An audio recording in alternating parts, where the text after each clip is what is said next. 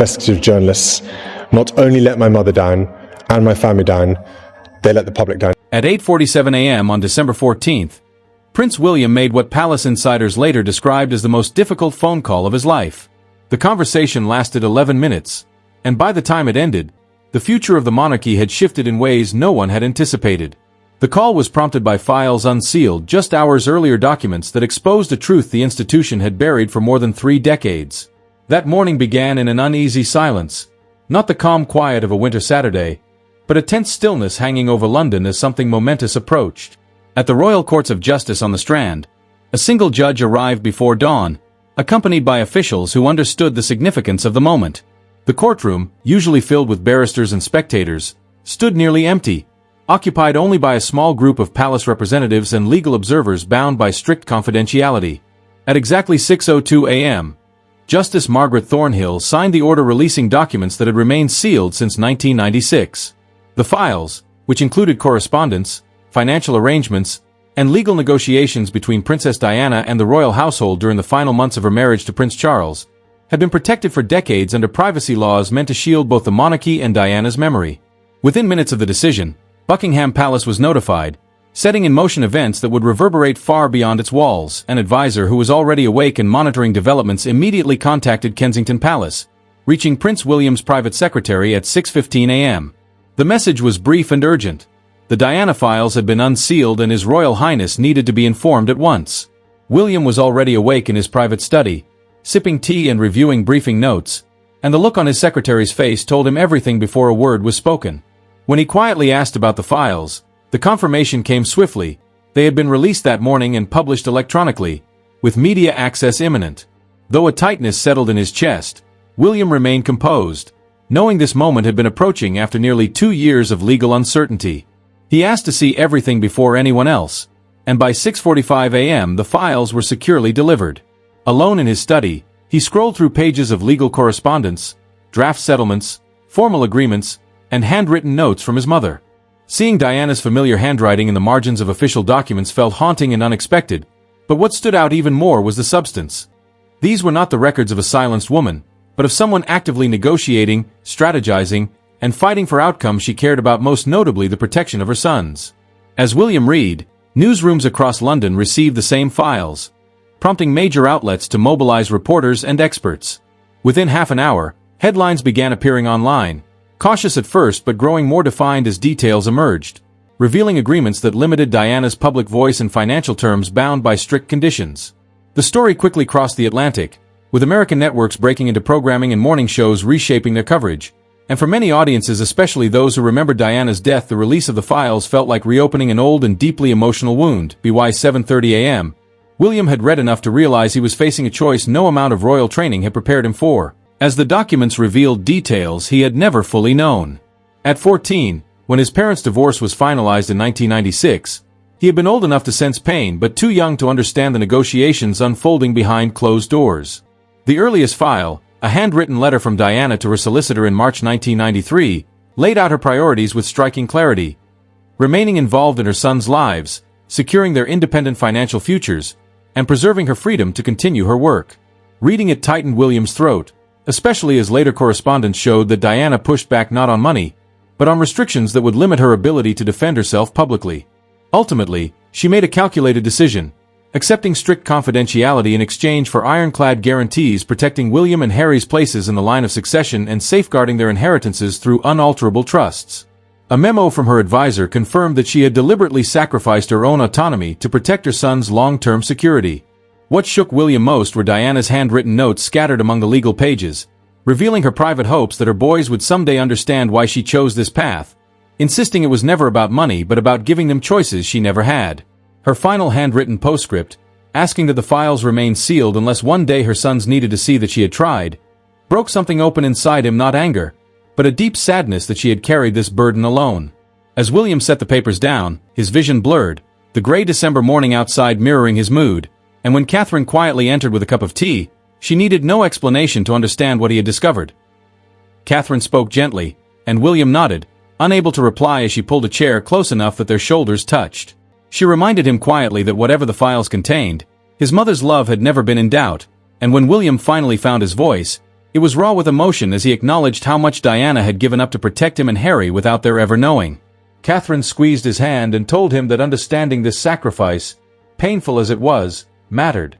Yet that understanding also brought a heavy new burden, because within hours the world would begin shaping its own interpretations of the files. And without someone who truly knew Diana and the context of her choices, the story would be written by those who had never loved her or understood what she endured. By 7:50 a.m., media coverage had intensified, with British outlets emphasizing the complexity of Diana's position, neither powerless nor free, while American programs framed the documents as proof that the institution had silenced her. Watching the coverage, William felt his frustration grow, knowing that Harry, estranged and living in California, would likely see the files as validation of his grievances and use them to reinforce accusations against the family unless the full context was explained in Diana's own words. As his phone buzzed with a message from Princess and urging him to control the situation before it spiraled, William understood the dilemma clearly. The institution could not credibly respond, and King Charles could not speak without seeming defensive, but as Diana's son, William alone held the authority to convey the truth of her choices. The question was not whether he should speak, but how, knowing that any statement, interview, or public comment risked being misinterpreted or seen as a defense of the very institution his mother had struggled within. Catherine could see the conflict etched across William's face and gently told him there was only one person who truly needed to hear this from him, Harry. Before he absorbed the files through the filter of everything else. William instinctively resisted. He and his brother had barely spoken in months, and reopening those wounds in the middle of such turmoil felt risky. Yet he knew Catherine was right, because if Harry used the files without understanding their full context, the damage would be lasting not only to the institution, but to Diana's legacy. Read carefully, the documents did not portray a defeated woman, but one making impossible choices with limited power to protect her children. Princess Anne's words echoed in his mind, reminding him that Diana had understood duty and sacrifice and had chosen to safeguard what mattered most.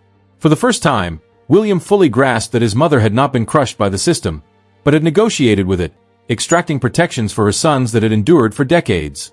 Still, explaining this to Harry, who had spent years viewing the institution through a lens of cruelty, would require empathy, patience, and vulnerability. When William voiced his fear that Harry might not listen, Catherine simply reminded him that trying still mattered. Standing by the window as the gray December morning slowly brightened, William realized that his brother, thousands of miles away, would soon be surrounded by voices reinforcing the story he already believed.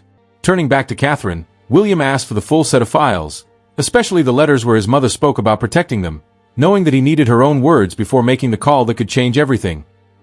William scrolled through the stored documents, carefully marking specific pages, paragraphs, and handwritten notes that told the story he needed Harry to understand. At 8:35 a.m., he returned to his desk, his phone resting darkly in front of him, though he knew his brother's number by heart despite not having dialed it in months. Another message from Princess and appeared. The clock is ticking, and William felt the weight of the moment settle fully. This call would be one of the hardest of his life, but it was necessary, because if there was even a chance Harry might listen and see their mother's choices through a lens of love rather than oppression, William had to try. Diana had tried accepting constraints and carrying burdens without complaint to protect her sons, and honoring that meant telling the truth. At 8:47 a.m., he pressed the call button. The phone rang, and with each ring his resolve steadied, torn between hoping Harry would not answer and longing for the connection they once shared as brothers before titles defined them. On the fourth ring, the line connected, and after a brief pause Harry's guarded voice came through, neither hostile nor warm. William explained that he needed to talk about the files, but Harry, already defensive, said he had seen the headlines and expected the documents to confirm everything he believed. William closed his eyes and told him that reading them without context would miss what their mother was truly doing, prompting another tense silence broken only by faint sounds of Harry moving in the distant California morning. When Harry suggested that Diana had simply accepted hush money, William suppressed his frustration and insisted that this was exactly the misinterpretation he was trying to prevent, asking only for a chance to explain. After a long pause, the familiar distance between them stretching taut once more, Harry finally responded with reluctant concession, offering him 5 minutes to speak. William glanced at the clock. 8:49 a.m. and realized that although Harry had offered 5 minutes, the conversation would stretch beyond that, lasting 11 minutes in total, though neither of them yet knew it. He began carefully, explaining that the files showed their mother negotiating, not surrendering or being silenced, but actively fighting to protect what mattered to her. Harry interrupted, dismissing it as the palace reframing history to make itself look reasonable, but William held steady, emphasizing that he was reading Diana's own handwriting, her marginal notes and letters to her solicitor, not institutional spin. When Harry asked what choices Diana had actually made, William cited her March 1993 letter listing 3 clear priorities: remaining involved in her sons' lives, securing their financial futures independent of her own fate, and preserving the freedom to continue her work. Harry pushed back, calling it a buyout, but William corrected him, explaining that she had accepted restrictions on herself in exchange for firm guarantees about their positions, inheritances, and futures. He quoted a January 1996 memo from her financial advisor stating that Diana had prioritized her son's long-term security over her own immediate freedom. And though Harry argued it didn't make it right, the sharp edge in his voice softened. William continued, sharing one of Diana's handwritten notes, insisting it was never about money, only about giving her sons choices she herself never had. The silence that followed was heavier, the kind that signaled something had truly landed, and William waited, knowing better than to push. When Harry finally asked why William was telling him all this, his voice sounded less defensive and more genuinely unsettled. William explained that the media would frame the files as proof Diana was merely victimized and that Harry would be tempted to use them to validate his grievances. But reducing her story to simple oppression erased her agency. As William spoke, he could hear the shift on the other end of the line, the sharp intake of breath that suggested his words were beginning to reach something deeper. William's voice softened as he explained that their mother had been smarter than the narrative allowed, understanding the system and using it in the only way available to secure freedom, security, and choices for her sons. Harry did not respond at first, and William imagined him alone in his California home, surrounded by a life built in part by walking away from the protections Diana had fought to secure. William then told him about one final letter, written just before the divorce was finalized, and read aloud Diana's handwritten words asking that the files remain sealed unless one day her boys needed to see that she had tried. The silence that followed was long and heavy, and when Harry finally spoke, his voice was quieter, almost fragile, as he realized she had wanted them to understand her choices. William admitted that he, too, had only learned this truth that morning, and for a brief moment they shared grief rather than conflict, 2 grown men still trying to comprehend the mother they had lost too soon. Harry acknowledged that he could not simply forget everything that had happened, and William told him he was not asking that, only that he honored Diana's intentions by not weaponizing her choices. After another pause, Harry surprised him by asking for the letters and notes so he could read them himself, and William felt a tension ease in his chest as he agreed. When Harry thanked him for calling, something tentative and vulnerable lingered between them, and though nothing had been resolved, they had spent 11 minutes united as sons. After the call ended, William sat quietly, uncertain of what would follow but certain he had tried, which felt like what Diana would have wanted.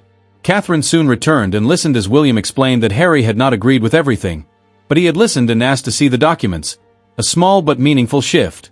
As the gray December morning settled fully into day, William knew the media storm would continue, but he also knew that, for now, he had done what he could to protect his mother's story. Continue escalating throughout the day, and by evening every major outlet in Britain and the United States had aired in-depth analyses of the unsealed files. Historians debated Diana's decisions, biographers offered competing interpretations, and the public, long divided on matters involving the royal family, formed opinions largely shaped by their existing loyalties. For William, however, the media storm felt secondary. What mattered most was that he had reached his brother before the narrative hardened, before advisors and supporters could steer Harry toward a predetermined response. Whether the conversation would lead to lasting change remained uncertain, but at least the door between them was not fully closed. Standing by the window, Catherine observed that Harry would still carry anger about other wounds and exclusions, and William agreed, saying he did not expect this moment to repair everything, only that it might allow them both to see their mother more clearly, not as a symbol of grievance, but as a complicated woman who, within severe constraints, had tried to protect her sons in the only ways available to her. Meanwhile, the palace machinery moved into its own careful rhythm. At 9:15 a.m., Buckingham Palace released a brief, deliberately restrained statement acknowledging the court's decision without engaging the details, emphasizing dignity, discretion, and respect for the late Princess of Wales. Advisors had considered longer explanations but ultimately chose silence, trusting the documents to speak for themselves. When Princess Anne learned of William's call to Harry, her response was characteristically direct. He had done what duty required, and gratitude was neither expected nor necessary. By late morning, even the American media narrative began to shift, with several outlets that had initially framed the files as simple proof of Diana's victimhood publishing more nuanced analyses that reflected the complexity of her choices and the limits within which she had operated. By midday, Nuanced analyses began appearing after journalists and commentators had actually read the full documents. The New York Times ran a feature titled Diana's Divorce: Agency Within Constraint, while the Washington Post published an opinion column highlighting Diana's strategic intelligence, often overlooked in narratives that reduce her to tragedy. Not all American coverage shifted. Some outlets aligned with Harry and Meghan's perspective continued to frame the files as proof of institutional cruelty, but even in the U.S., the dominant narrative started recognizing complexity. British coverage had been more measured from the outset. The Times offered a detailed historical analysis of Diana's divorce in the context of past royal separations. The Guardian interviewed legal experts explaining the strictures imposed by royal protocol and 1990s British family law, and The Telegraph, emphasizing institutional continuity, highlighted Diana's own words about prioritizing her son's security. In California, Harry spent the morning reading the documents William had sent. He declined Meghan's offer to read alongside him, needing to process the material privately, almost as a conversation with his mother across 3 decades. When he reached Diana's handwritten notes in the margins, her reflections, concerns, and clarifications, something inside him shifted. For years, he had viewed her as powerless, crushed by the institution. But these notes revealed a woman fully aware of the constraints she faced, making deliberate choices to safeguard what mattered most. Not about the money. Never about the money.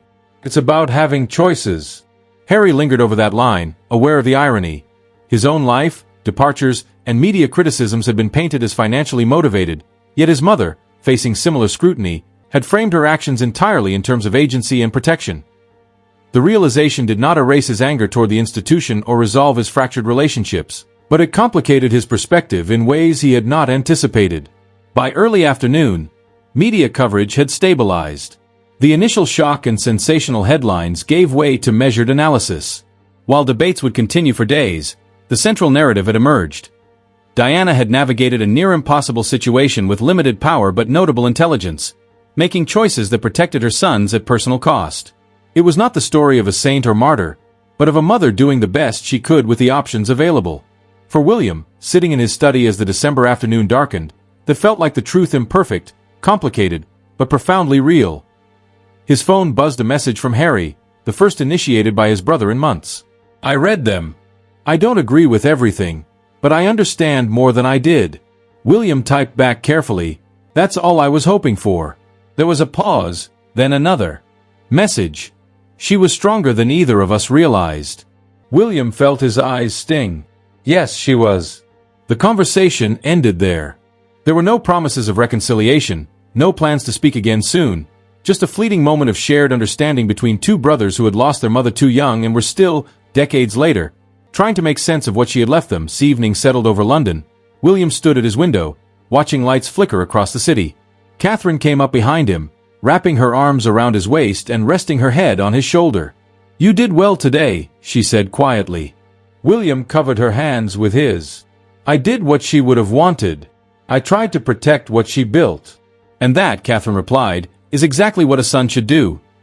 The exhaustion hit William fully around 4 p.m., a bone-deep weariness not from physical exertion but from emotional expenditure. He had spent the day managing reactions, coordinating palace communications, and processing revelations about his mother that fundamentally reshaped his understanding of his childhood. Catherine found him in his study, staring at a photograph on the shelf behind his desk.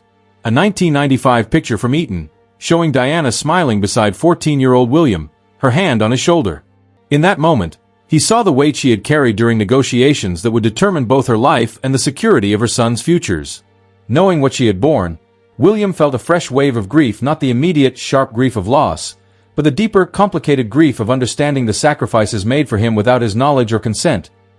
"She looks tired," Catherine said softly, standing beside him. "She was fighting battles I never saw, making choices I was too young to understand, and carrying it all alone because she didn't want us to worry," William replied, nodding. Catherine took his hand. "You carry a lot of her strength. The way you handled today the call with Harry, that was her in you." William appreciated her words, but he also felt something she didn't voice. The truth had cost him. Not in a dramatic public sense, but quietly, personally. For years, he had maintained a careful balance in his understanding of his mother's divorce and the institution's role, acknowledging the palace's imperfections while defending its necessity and preserving his mother's memory. But reading her words today, seeing how constrained her choices had been, realizing the price she had paid to secure their futures, that balance felt more fragile. Diana had sacrificed not abstractly, but specifically for him and Harry, accepting limitations on her own freedom to ensure their security and choices. And William, as an adult, had carried the weight of finally knowing what that had cost her and him. And in that quiet moment, William felt the weight of her legacy settle around him not as a burden, but as a responsibility.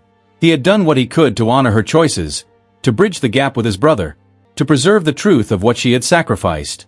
The rest, Harry's understanding, the institution's evolution, the public's interpretation, was beyond his control. Took a deep breath, still holding Catherine's hand, and let himself simply feel the mixture of grief, gratitude, and resolve. Diana's strategy had been clear, even if unseen for decades, to protect her sons by accepting limits on herself. Now, William carried that knowledge, not as a shield to justify the past, but as a compass for the future. He whispered again, almost to himself this time, "I'll try to make it worth what you gave." The lamplight flickered across the photograph, and for the first time in years, he felt that the quiet strength of his mother was fully with him, guiding him in the balance between duty, love, and truth. The night deepened outside Kensington Palace, and William, for all the weight he bore, felt the faintest spark of hope that through understanding, the sacrifices of the past might illuminate a better path forward.